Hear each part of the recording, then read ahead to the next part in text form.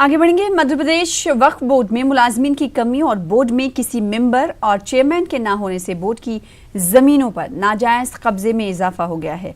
Corona कहर में न सिर्फ बोर्ड की आमदनी मुतासिर हुई है, बल्कि वक्फिया जमीनों बिलखुसूस वक्फ की कब्रिस्तानों पर भी नाजायज कब्जे बढ़ गए हैं। भोपाल के एक पार्क में बनाई जा रही सड़क और ब्रिज भी वक्फ कब्रिस्तान की जमीन पर ही तामीर की जा रही है।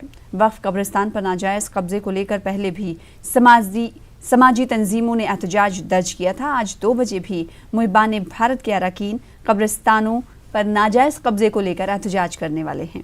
वाज़ेह है कि खुद MP वक्फ बोर्ड के जिम्मेदारान मानते हैं कि पार्क के पास जहां हुकूमत के जरिए सड़क और ब्रिज की तामीर का काम किया जा रहा है, वो जमीन वक्फ बोर्ड के रिकॉर्ड में कब्रिस्तान दर्ज है।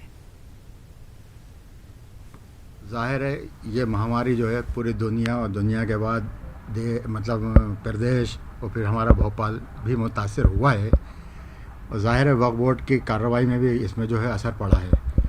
जो 5-6 महीने ऑफिस में जो रेगुलर काम होना था वो नहीं हुआ। हमारी आमदनी पे असर पड़ा है। हमारा जो वित्तीय वर्ष है 1 अप्रैल से 31 मार्च तक जो है वित्तीय वर्ष होता है, जिसमें हमारी इनकम होती है चंदा निगरानी के रूप में एज़ पर एक्ट, वो अभी मुतासिर हुई है, लेकिन अब आना शुरू हो गई है।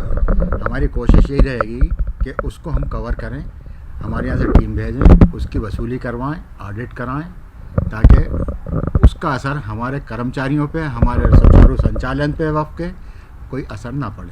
हमारी इनकम 2 तरह की है, गवर्नमेंट की ग्रांट, दूसरी चंदा निगरानी। वो भी 7% होता है, हमें टोटल तो मिलता नहीं है। 7% मिलता है वक्फ की शुद्ध आय पर। ज़ाहिर है वो 7% भी उस तरह से जिस तरह से मिलना चाहिए बड़े बड़े वक्फों से भी नहीं मिला है। तो हमारी कोशिश ये होगी पहले हम बड़े वक्फों से लें और उसकी वसूली करें, ताकि हमारे जो वक्फ के काम हैं उसको हम सुचारू ढंग से चला सकें।